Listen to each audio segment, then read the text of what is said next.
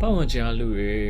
ကျွန်တော်ကိုဘာပြောလာမလဲကြောက်လို့ဒါမှမဟုတ်ရင် perfect မဖြစ်သေးလို့ဆိုပြီးတော့မှကိုလို့ချင်တဲ့ idea တွေကိုရင်ထဲမှာပဲတင်ထားခဲ့ရတာဘယ်လောက်ကြာပြီလဲပေါ့နော်ကျွန်တော်လည်းအဲ့လိုမျိုးပါပဲကျွန်တော်ရဲ့အတွေ့အကြုံကို perfect ဖြစ်ဖို့အချိန်နဲ့အကြာကြီးတွေးခဲ့တယ်ဒါကြောင့်မို့လည်းကျွန်တော်အချိန်တွေအများကြီးကုန်ခဲ့ပြီးပါပြီဆိုတော့ကျွန်တော်ကထိုင်းနိုင်ငံမှာ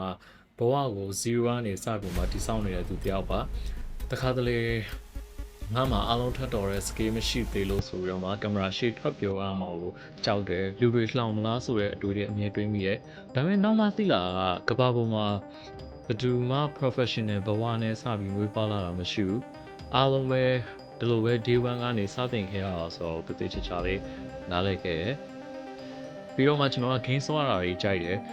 တိုင်ကားတွေစိုက်တဲ့အကြောင်းတွေပြောရတော့အရင်စိတ်ဝင်စားတယ်ဒါပေမဲ့ကျွန်တော်ပို့ပြီးမှရင်ခုန်စေတဲ့အရာကစီးပွားရေး idea တွေဖြစ်တယ်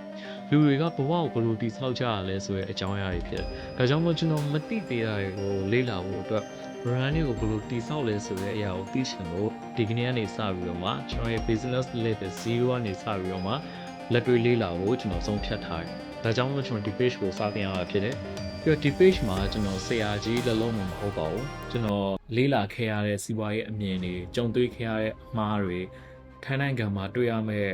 လူငယ်တွေအတွက်အခွင့်အလမ်းတွေဒီလိုကျွန်တော်ရှာဖွေတွေ့ရှိခဲ့တဲ့အရာတွေကိုအရှိကိုအရှိတိုင်းပြန်ပြီးမှ sharing လုပ်ပေးသွားမှာဖြစ်ပါတယ်ဒီဗီဒီယိုကတော့ဒီ page ရဲ့ပထမဆုံးဗီဒီယိုမလို့အရင် perfect ဖြစ်မှာတော့မဟုတ်ပါဘူးဖြစ်ဖို့လည်းမလိုပါဘူးအဓိကစဖို့ပဲလိုတာဆိုတော့ကျွန်တော်ဒီဗီဒီယိုလေးကိုစတင်ပြီးတော့မှမိတ်ဆက်လိုက်ပါတယ်အဆုံးထိကြည့်ရှုပေးရတဲ့အတွက်ကျေးဇူးတင်ပါတယ်ခင်ဗျာ